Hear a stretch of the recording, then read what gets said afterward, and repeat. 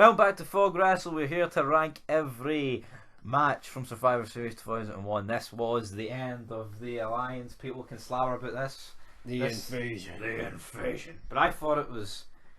With what they had, I don't think it could have went much better. Nope. I mean, they turned a shit situation and they made it fucking good. Well, I say that right. Obviously, yes, DDP, yeah, guy gets jobbed out. But at the end of the day, they couldn't have made that roster go toe to toe with the. I'm sorry, they couldn't. They had to make. Well, I will say it did really help the fact that they treated people like Raven and Tommy Dreamer, especially Tommy Dreamer, like to be an absolute fucking bum. Like, I'm not saying Tommy Dreamer defeats The Rock like one-on-one, but I mean Tommy Dreamer. Why can't Tommy Dreamer and Raven legit beat like Edge and Christian, for example? Yeah. But yeah, because Christian was in Team Alliance, like. But there you go. Well, he wasn't for most of the angle, but yeah, there'll be more fids on this year in general, and that in itself. But we are ranking 7 matches. There was the pre-show match, but we don't get Sunday night pre-show or whatever you want to call it. But yeah, coming in last place, even though I kind of disagreed. I wanted to put the Battle Royal in last place, but this guy went ahead and took a 40. Imagine wanting to put a Battle Royal in last place. No, that's what I'm saying. But I just think the booking, not particularly, I just think it was retarded, right? And it really highlighted, holy fuck, this is full of jobbers. But yeah, you're retarded. But anyway, 6-pack challenge for the vacant women's championship. I mean, look, 2001. I mean, more than like what, half of the year didn't even have a women's championship, and it didn't need it because women's wrestling's irrelevant, and that's the bottom line. But Trish defeats Ivory, Jacqueline, Leah, Mighty Molly, and a debuting Jazz, who the crowd didn't know who she was. No, and well, I knew who it was. Like, oh well, we knew who it was. Like, but I mean, I had no idea she was an ECW. Oh, I know I did. Like, but I didn't. But I knew who it was. Didn't care who it was. I mean, fucking put it that way. So yeah, it was a debut, guys. But I mean, the match, it was never going to be what the main event was. But yeah. I know this was like I wouldn't say a one match pay per view, but it was not far off it. Like, I mean, let's be real.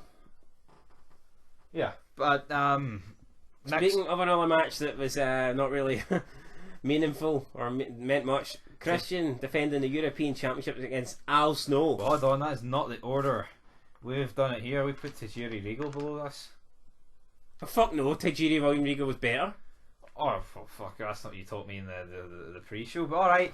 Yeah, well, yeah, I agree. I think Christian Al Snow's just not the match you kick this pay-per-view. Because Tajiri, I think Tajiri goes better for the simple fact this is it had a feud, had a storyline, and it was short and sweet. I mean, Christian Al Snow was just kind of here. You're getting this match out of nowhere. Yeah, guys, I don't really get why this match was booked. Christian just went from, I mean, being pretty near the top of the mid card to nowhere near anything. Here, Al Snow. Have a wee shot at Christian. Where's you know Christian what I mean? Go from here? He'll team up with Jericho not too long. On Americans? Well, yeah, yeah, I mean, I don't think he teams up with Jericho for about 2 years here, but well, you get my point. Year and a half. You get my point, guys. Did we get his point? Did we get his point or what? It wasn't that great, but Christian defeats. No, didn't get his point. Al Snow, no. The guy's great. But where is he? What does everybody want? Anyway, next up we have got Tajiri taking on William Regal. This match went 3 minutes. This is supposed to be X-Pac against Tajiri and unifying the cruiserweight belts and the light heavyweight. But he got injured, even though X-Pac and Tajiri were nowhere near having a feud. Yeah, so I mean, I don't get like it. I'm not being funny, right? But could they not have just made X-Pac vacate the belt and have this match for it? And then kind of like rip the piss at the fact that Regal's stocky and nowhere near both weights. Yeah, they could have done something like that. I don't know, but yeah, this match was alright. I actually had a feud, but Regal battered him, and the Alliance needed some sort of dub. Next up, though, we've got the Immunity Battle Royal, and this guy is hyping this match up a hell of a lot. We had the likes of Billy Gunn, Chuck, DDP, Test, who battered Scotty Too Hotty backstage to make his way into this match. Look, I'm not hyping this. It wasn't great, but I mean, I think Battle Royals are a wee bit. I don't know. Just... No, I like Battle Royals, but I just think it was all over the place. And there was something pretty big at stake. Like I think this was alright. You know Like, what I mean? why did Test have to batter his way into the match for Taz just to walk down, and then for Hugh Morris, right? Hugh Morris and Chavo make the way in during halfway during, and they're out within like 10 seconds. No, fair point. Fair point. So I'd put that next. Now we're moving into the top 4 matches. 3. How? Tajiri Regal? Before he did Tajiri Regal. What? This guy's a spastic. This is not. We just talked about Tajiri Regal. Aye, but I had that bit. So why would we be talking about Tajiri Regal for the Battle Royal? Because you got mixed up. You wrote the wrong one down. Nah, fuck off. Tajiri Regal was a 2-minute 59 match, and if you think you're putting it above this Battle Royal, you can go. But you wanted to put the Battle Royal last. Aye, I did. But the fucking So how can I'd say every other. I'd say the women's match was better than fucking Regal and Tajiri. It was fucking over like that. At least I had a debut and a new champ. A new champ. It's going to get a new champ regardless, mate. So it's no fucking defending. Right. Well, you know what, mate? We're on to the top 3. Right. There's no way you can put Tajiri Regal in the top 4 on this card. How? Because it wasn't that fucking good. I think Regal's the man. I think the guy could have been world champ. Yes, Right. Regal is the man, but this was pish. Third match of the night was the unification. What one? The United States champion versus the Intercontinental. Finally, the guy actually writes something down. He got it correct on this occasion. And yeah, good match between Edge and Test. Went back and forward. Didn't know who was going to win it. Well, I knew Edge was going to win it, like, because I've seen it before. But I mean, if you're watching it for the first time, you would legit not know who's going to win this. And in the end, Test wins with a roll up. Both guys hit their signature moves. Edge wins. That's what I said. Edge said- wins. you What? said- no, Edge I wins. got it. I bet my fucking life you said Test. Right? I bet my life. Well, nobody cares. Right, so Edge wins Alright, with fair enough. Edge wins with a roll up. After both guys hit their signature moves, he becomes the new champ, and his job is secure. Test is pissed off, and you know we all know what happens. He battles Scotty too hot, Yeah, we just mentioned that. and he wins the shitey battle royal that this guy thought was good. Moving on to the second match of the night, Steel Cage, another unification match. WWE Tag Team Champions versus the WCW Tag Team Champions, the Dudleys versus the Hardys. It feels like these teams have faced each other far too many times over the past 2 years, and they probably have. But realistically, I mean, who else? I mean, there's no Edge and Christian anymore. Who else was going to compete in this match? Yeah. It had to be, you know. Like, I'd say it's like a complete match. Well, maybe not a complete match, but like a lot of the winner takes. There was quite a lot of job eliminations, but I have no problems with this match. I think it was just great throughout. Yeah, no, this match was great, and I enjoyed the ending. How Mark gets out first, and then Jeff's obviously stuck alone, and they're like, "Oh fuck, Matt's made a mistake by leaving the ring early, or leaving the cage early, And then escaping Jeff's early." like, do you risk it all to win big? Aye, Or he do has you, a chance. Or do you cash out for a tenner? Is it? See, this is like Jeff playing blackjack, and his opponent's got a 6, and he doesn't know the other card, but Jeff's sitting on 20, and he can just stand and take the money, but he twists. He says hit me to try and get an ace, to try and get to 21, and he obviously he bust it and Yep. went right through the table, And then obviously- Bubba Ray manages to pin him. Yep, so there you go. Dudley's win. Their job's secure. And thank God their job was secure, because in the main event, the Alliance couldn't get the job done. It was the 6 men of the WWF defeating the 4 men of the Alliance. Damn right. And it was a win, obviously, for WWF side. Promo package was fantastic, even if the network hoovered it.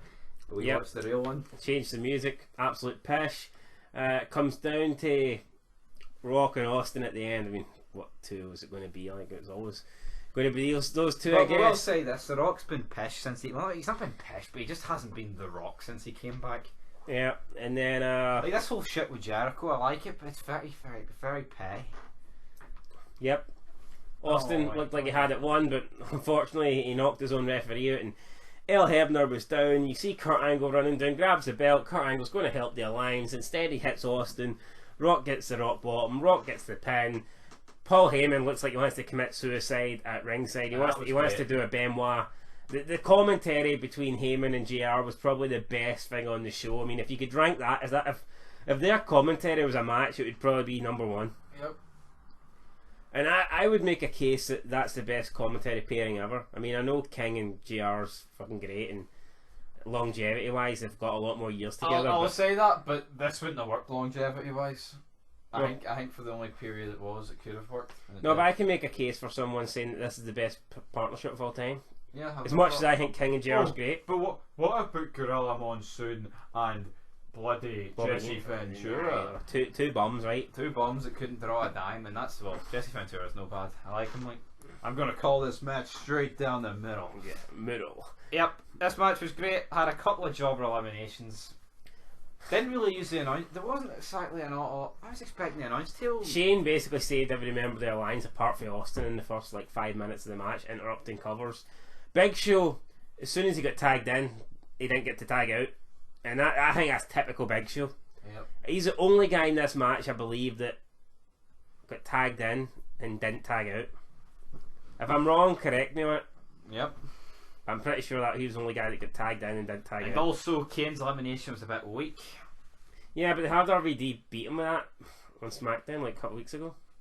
So I think they're trying to get that move over. But to me, It's not. you would just do It's the like a frog splash. transition move. Yeah, I mean, I don't really. Would Kane ever beat anyone with the clothesline off the top rope? No. No, maybe a jobber. Would Like, Shawn Michaels beat anyone with the elbows up off the top rope? No. no. This is the bit. That's what I don't get. Would Taker ever eliminate anyone with old school? I get this match. It was like. I get it. The eliminations, you make a good point. The fact that this was like, the surviving company, you'd expect you'd need to do a little bit more to get the. I mean, Big Show took 4 finishing moves, and then Shane took 4. So, And then Taker gets eliminated by a stunner. well, I've no problem. I've no problem with it. No, I've no problem with that. But how can I've no problem with it. Plus, Taker was battering the 4 of them. And then Austin caught me a stunner. No, I think Taker's elimination was fine, spot on. Kane's was a bit pish. Jericho eliminating RVD with that breakdown that never looked good was pish. No, yeah. Break it down. Angle obviously tapped, but that was planned. Booker T. But it was all planned. Booker T's elimination wasn't great, was it? Roll up. I don't know. I don't know. I think Booker T's, RVD's, and Kane's eliminations were all pretty shit. I think the inaugural brawl. I preferred the inaugural brawl, but obviously this one had far bigger stakes and a lot more. Yeah. That's my opinion, guys. I preferred the inaugural brawl. But anyway, there is the list. So from first to bottom, we have, well, in my opinion, this is what it was. The Survivor Series winner takes all match, the steel cage match, Edge and Test, Tajiri, William Regal, then the Battle Royal, Christian and Al Snow, and then I put the women's match last. Yeah, and I don't know what my order is because he fucked it up. So yeah, till next time, guys. It will be Vengeance next. Good pay-per-view. I'd give it. And the backstage segments were great as well. You know what I mean? Overall, I would give it like an 8 out of 10 because it was like it was kind of like It's the biggest match ever. it sort of felt like a WrestleMania in a way that normally they say WrestleMania like concludes the kind of year. WrestleMania's where all the rivalries come to an end. And Whereas this was like the WWF and Alliance rivalry, which has been massive, coming to an end. So, I mean, don't get me wrong. If they'd have booked people stronger, you could have had a lot bigger matches. I mean, if they could have brought forward the NWO's debut to this, see when Vince was standing on the stage, how great would it have been a Hogan come out, definitely. fucking cracked them with something. That would have been brilliant. That would have been fucking. I just don't know why like DDP wasn't kept strong, and you could have kept this feud going with Taker to this. I mean, I don't get it. I mean, I've not necessarily got a problem with DDP not being in this match, even though I think you would kind of have to put him in it. But could you not have had a big single match? DDP Like, I mean, against, I like Test, but DDP's DDP. yeah. Anyway, guys, that's it for the list. Next up is Vengeance, then we'll probably rank every pay-per-view. But until then, Peace.